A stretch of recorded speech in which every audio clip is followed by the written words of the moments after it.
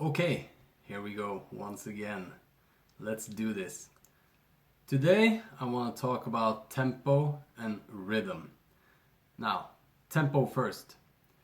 It's said that the optimal resting heart rate for a human being is 60 beats per minute. This varies, of course. Some people say 70, some people say 50. It doesn't matter. 60 is a good place to start. It's 1 beat per second, basically. And if my resting heart rate is at that, I'm pretty happy. I think that's pretty good. Through the tempo of the music, you can actually guide or control. That sounds kind of scary, maybe, but you could control the heart rate of a person. This is a sympathetic resonance, like I talked about earlier. And what happens is that the tempo of the music or the frequencies of the music simply overtakes the body of the person in question. So if you create a piece of music that is at 60 BPM, 60 beats per minute, that is 1 beat per second, and you expose a person to that piece of music for long enough, it usually takes between 15 and 30 minutes, something like that. The heart rate of the person will actually harmonize with the music. It will adjust to the music, and the heart rate will become the same as the tempo of the music. In this case, 60 beats per minute. This is a very effective trick to create relaxation in a person. One way to do it is that you can start maybe at a little bit higher BPM. Maybe you start at 70 beats per minute and then you gradually lower it to 60 and even past 60 towards 50, for example. And this way you create a sensation, and not only a sensation, you actually create a gradual relaxation that becomes very deep. You can also go the other way.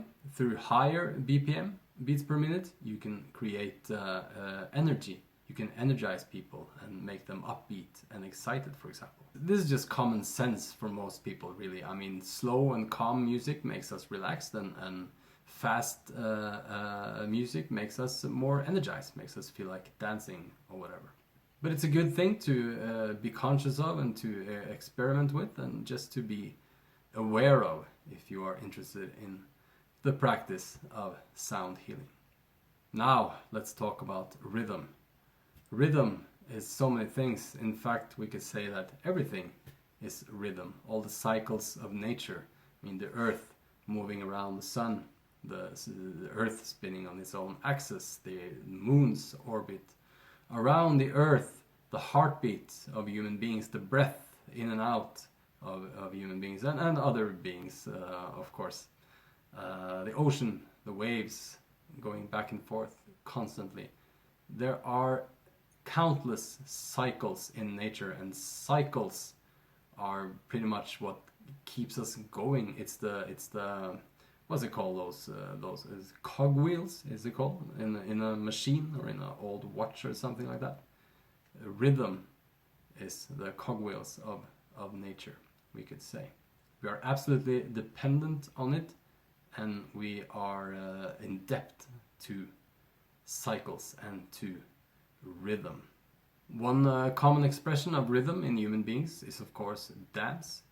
I mean, everybody, I believe, has naturally in them the urge to dance when they hear music, or when they, or just a drum beat. It happens to pretty much everybody. Only the most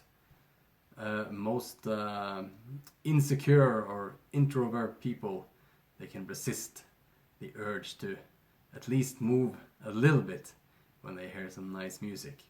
Me personally, I can't resist movement at all, and me dancing looks like somebody took some kind of drug that wasn't good for them. But I don't care, because I enjoy it. And I believe we all enjoy dancing, just like we all enjoy singing. Singing and dancing is something that everybody should do, and this nonsense about being good or being afraid of what other people might think of us if we sing or dance and express ourselves in this way, it just needs to go, because it's one of the most natural and healthy things we can do. So please dance, Start today if you don't already. I dance pretty much every day, and I can't imagine living without it. One thing about rhythm is that we must not mistake rhythm with drums. Of course, in music, it's often the drums that accentuate the rhythm of the piece of music. But rhythm is just in a single tone. There is actually no such thing as a single tone. It's really many beats, but it's beating so fast that it sounds like a single tone. I've talked about hertz many times on this channel. 1 hertz means 1 beat per second. So 1 hertz doesn't sound like a tone. If we could hear it, we can't hear it. It's too low for the human ear. But if we could hear it, it wouldn't sound like 1 tone. It would sound like a beat. 1 beat per second. And, for example, 432 hertz is 432 beats per second. So it's so fast, so it sounds like 1 long tone. But it isn't. There are spaces in between there. It's just a really fast beat. Anyway, important to know. When it comes to drums, if you use drums in your music, in a sound healing setting, it's important that we keep them steady. Many kinds of music have a great variety in drums, just like there's variety in melody and keys and even tempos and so on. But when it comes to sound healing, if you use a drum beat, it's important to keep it as steady as possible and not too many tricks going on. I mean, it can be an intricate rhythm, of course, and it can be a very simple rhythm, but it's a good idea to avoid too many breaks in the rhythm and too many drum rolls and all kinds of fancy tricks, which is very enjoyable to listen to and also very impressive when people can do things like that. But in sound healing, it's important that we keep it just steady. We don't do this to impress anyone with our skills. We do this to create certain states in human beings and environments, animals or whatever. Hey, if you know, sound healing probably works on your dog. As always, in India, they have thought about pretty much everything way before the rest of the world, and there's a whole science to music, of course, but also to rhythm. And in India, in Indian music, they have the craziest rhythms you can possibly imagine. In the Western world, we usually deal in 4 beats and 3 beats, which is that you count to 4 or you count to 3. There's this standard rhythm in lots of Western music. It's like a waltz, for example. Yeah, 1 2 3, 1 2 3, 1 2 3. And for example, rock and roll or hip hop, there's a 1 2 3 4, 1 2 3 4, 1 2 3 4, and so on and so on. In India, they have things like 9 3/4 rhythm or beat, which I just don't know what to do with at all. But I think it's really fun to experiment with. One thing I've fallen in love with really is a 5 beat. It's a 1 2 3 4 5, 1 2 3 4 5, 1 2 3 4 5. Which I just think is absolutely amazing. I can do cool drum things with it, but singing over it is just...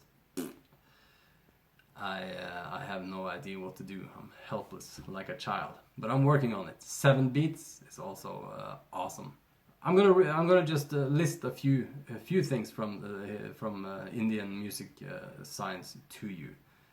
It's a quote from a book that I've talked about many times. This one. Mysticism of Sound is just priceless. If you want to do what I do, you have to have it. There's no other choice. Go get it right now. I got this on Amazon. Anyway, what they say. In the Hindu science of music, there are 5 different rhythms which are generally derived from the study of nature. It's Chatura. I don't know if I say this right. The rhythm of 4 beats, which was invented by Devas. It's Tisra, the rhythm of 3 beats invented by Rishis. Kanda, the rhythm of 5 beats invented by the Rakshasas. Misra, the rhythm of 7 beats invented by the people. And Sankriyan, the rhythm of 9 beats invented by the commercial class. Whatever that means. But the point is, there are many different types of rhythm you can do, almost endless.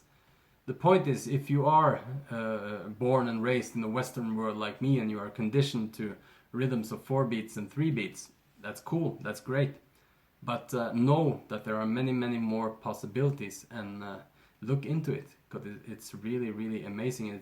It completely changes the structure of music, and it expands your possibilities in so many ways. That being said, doing sound healing events and such in the Western world, I noticed that the 3 and the 4 beats have the strongest effect on people. And this is probably because people here are conditioned to these kinds of beats. So,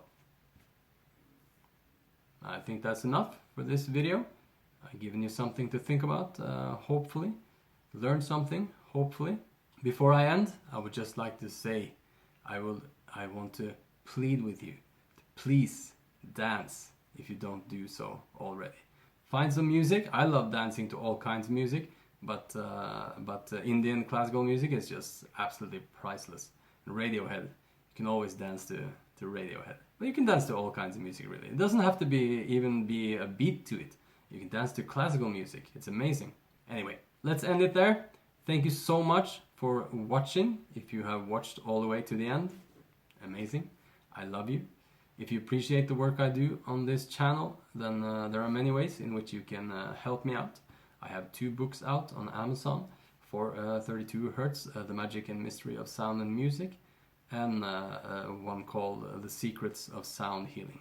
So you can go get those. You can stream my music on Amazon, not on Amazon, on Spotify. You can stream it on Amazon too, I think, but you can download it on Amazon, and you can download in iTunes. I have some stuff up on SoundCloud. I'm on Bandcamp, Deezer, Google Music. I think I'm on pretty much every streaming and download platform by now. Of course, watch these videos, subscribe to this channel. I don't think I've ever directly asked you to subscribe to the channel before. Please do. I appreciate it. And watch the hell out of my videos, because, you know, I know those ads are annoying, but I get a little bit of money every time those ads show. So think about that. I really, really appreciate it. I think that's that. Thank you so much for watching once again, and I'll be back soon with another video.